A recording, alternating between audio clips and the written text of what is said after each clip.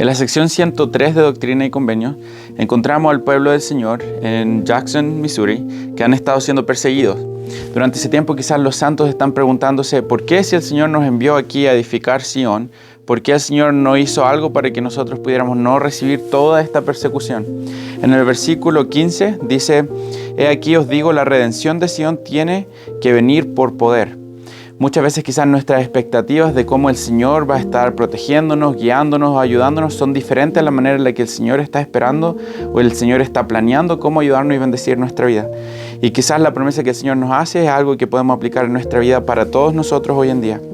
Porque vosotros sois hijos de Israel, versículo 17, y de la descendencia de Abraham. Y tal como fueron guiados vuestros padres en el principio, así será la redención de Sion.